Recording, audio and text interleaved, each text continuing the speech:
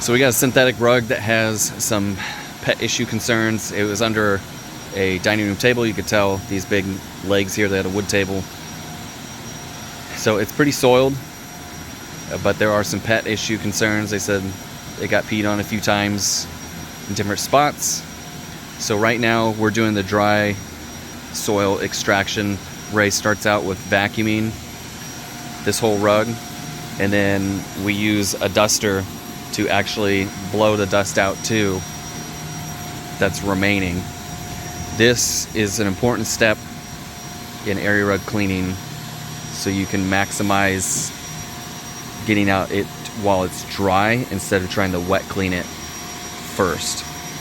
So it's always important. There's different methods, different tools you can use to remove dry soil. So a vacuum and this air duster that is actually used for grooming pets is not the only way, but it is a budget-friendly way to get it done.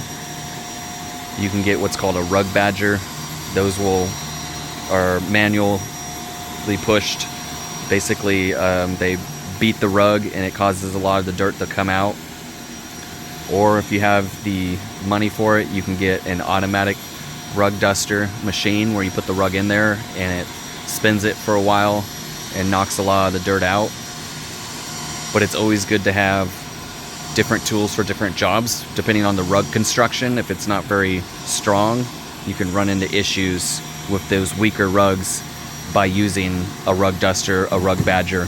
So actually having a vacuum and this air duster is smart for those situations. If you run into something with weaker construction, you'll still be able to dust it, because you can adjust the settings on your vacuum to not be as aggressive. This one doesn't have a brush roll.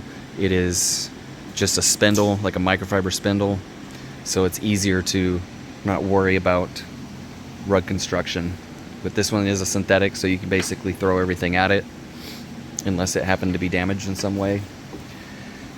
But basically, he plugs this into a old carpet wand of ours and just runs it over it, and it helps blow a lot of the dust out that the vacuum cannot get.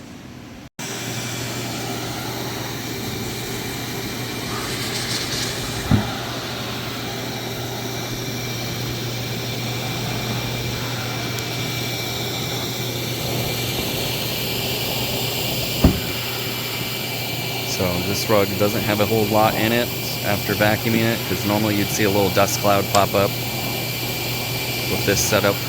So this rug probably didn't get used a ton. It just is dirty from maybe years of use, and it's just sitting there. Dust can accumulate on top of it, and then it can easily come out with just cleaning or vacuuming regularly, but maybe it didn't get vacuumed regularly. We don't know the full story behind it, but typically you would see a little bit of a dust cloud popping out as he's going over it. More so on wool rugs, because they can hold more than a synthetic rug can.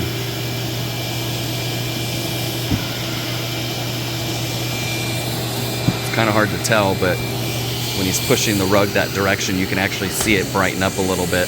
And sometimes that's all it takes to make it improve in appearance, is vacuuming and dusting a rug.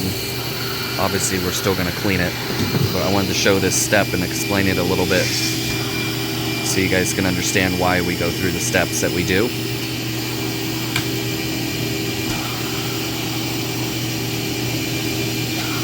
And we do flip all rugs over and repeat the process too.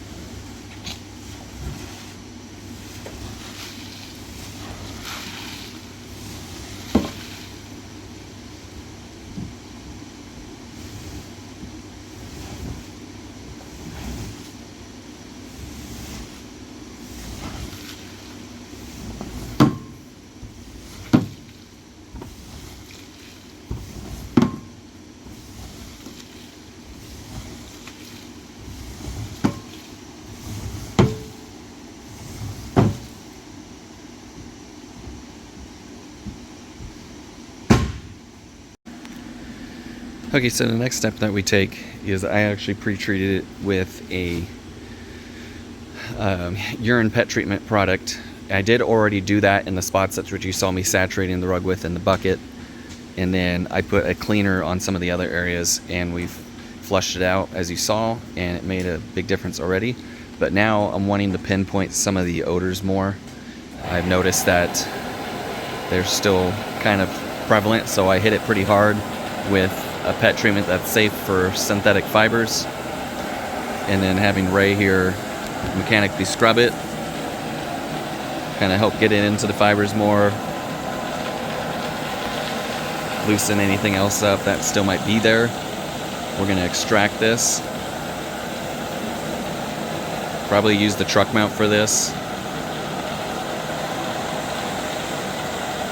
I want to get this thing looking as good as it can. Minus normal wear from use, it should turn out pretty nice. But I'm just taking the extra steps because this particular client is sensitive to certain smells and stuff like that, so I got to make sure it's thoroughly cleaned and rinsed out to get rid of any odors, so she doesn't have any respiratory issues.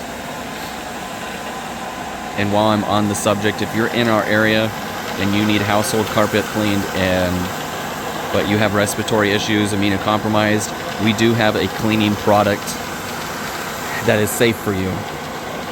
It is 100% green, odorless, and colorless. Will not give you any problems.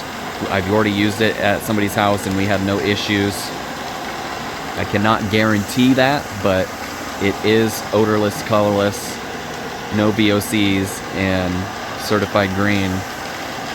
Never had any issues with the jobs I've done so far, but we do have that as a option. It's just if there is pet stains in the house, we won't be able to treat them the same way, or any other heavy staining. So do your best to clean up any spots that might have spills or anything like that.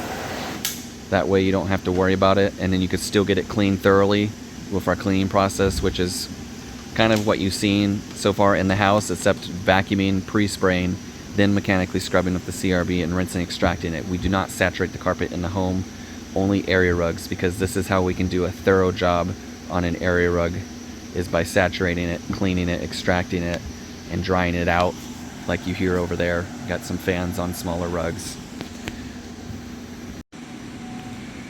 Alright, rug is all done. Came out fantastic. So basically what we did, or I should say what Ray did to finish it up, is we retreated it for the pet stains, let it dwell a little bit. I had him flush it all out with the truck mount system that we use in homes, and then I had him spray it again with a regular carpet cleaner and boosted it with a product that helps with organic stains and odors, and then he ran the CRB over it one more time and then thoroughly rinsed it out, and this is our end result. So we went real far with this because we wanted to get this looking as great as it could. I got before and after, so you'll see that shortly here. That way you can see how much it changes and how big of a difference taking a rug into a shop can do compared to sometimes in a home where we need to clean top and bottom. Now we have chemistry to do a fantastic job in home carpet and make big differences, but when it's an area rug and you have the opportunity to be able to flip it over, clean it if it's needed, then a rug shop is going to be your best friend. If it's a wool rug, then it almost 100% has to come into the shop if it's got pet issues or anything like that, because we cannot flood a wool rug in your house like we can here on this platform and flush it all out, top and bottom, and bring it back to you depending on the area rug. So if you need your area rug cleaned, give us a call. We're in the Central California area, service Stanislaus, San Joaquin, and a couple surrounding cities from those counties. 209-264-8898. Check out our website at www.bdservices209.com. Check the description for the links and the phone number. Thank you so much for watching. Hope you enjoyed this one. This is more informational than it was just for ASMR and all that stuff. I like to do informational videos every once in a while so people can learn what to expect from local cleaners in their area. And if you are wanting to become a cleaner, maybe you learn something from this video and you'll be able to apply it to your business. Thanks again for watching. You guys have a great day.